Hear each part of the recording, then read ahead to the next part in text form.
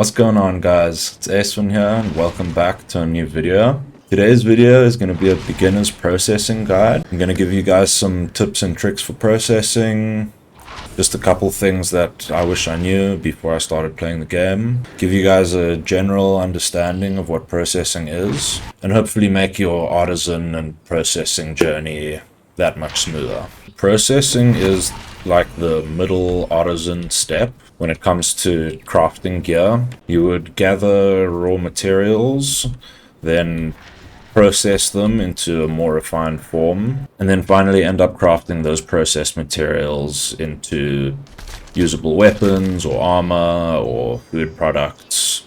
There's also scrolls and actually quite a whole lot of stuff that you can process. So in total there are 9 processing professions. Each processing profession will have its own relevant level, and hitting P on your keyboard will bring up the artisanship menu, which will allow you to see all the levels of your processing skills. So as you level up your processing skills, each 10 levels will unlock a new processing tier for that specific discipline, and you'll have to come to your relevant processing disciplines foreman to then promote that discipline to the next tier.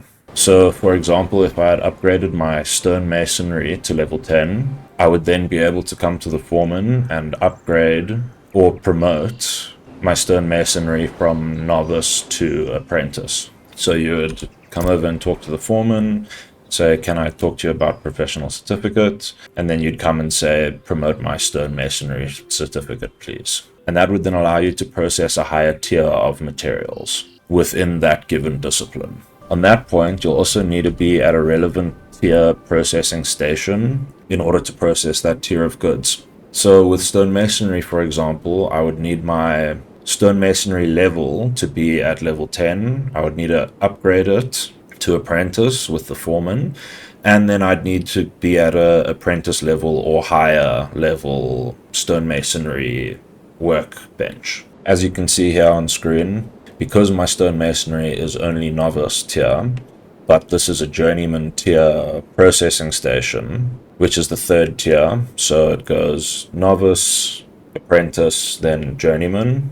I'm only able to process novice tier things, and it won't allow me to process anything apprentice tier or journeyman tier. So in order to find the right level of processing bench for you and your specific discipline that you want to go into, different settlements will have different levels of processing benches, and they'll tend to specialize in different things. If you hover over Winstead, it'll show you the services, and if you click into it, you can get a little bit more of a detailed explanation over here. And here you'll be able to see all the different vendors, the different crafting stations, the highest level of the specific crafting stations that are in the town, the highest level of the specific processing stations that are in the settlement, and you'll be able to see the zone influences and commerce. You will also be able to find independent processing and crafting stations scattered throughout the realm. As you can see, here's the independent stoneworking station, but these will generally not be very high level. And also, depending on what level the settlement is, the locations of the processing stations can move around a little bit.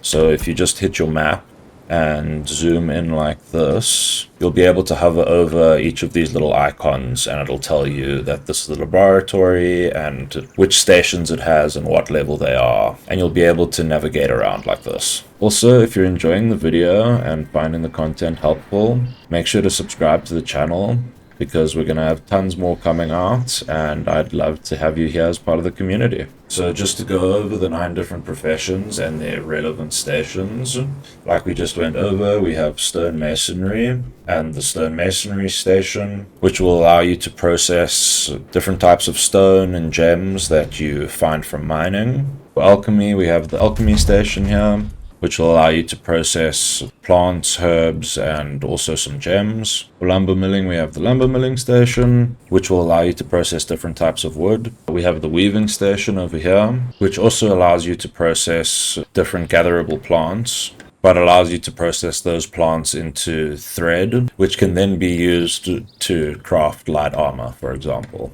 Here we have the farming station, which allows you to process mulch, fruits, vegetables, and other ingredients that you would mostly use for cooking. This is the cooking station, which will allow you to process various different kinds of foods and ingredients, which will give you various buffs. Like, for example, here, the blackberry compote would give us 206 physical defense for 60 minutes. This is the animal husbandry station, which allows you to train different types of animals into either mounts or beasts of burden. Here we have the tanning station. This allows you to process different carcasses into basically leathers to make for medium armor and various things. And finally, here we have the metalworking station, which will allow you to break down various metals into fragments that'll then be used for crafting armor and weapons and a variety of different things. It's important to note that each material that you do process will have a specific cost. To process each one of those materials will require you to burn something as fuel. So if you click on add here,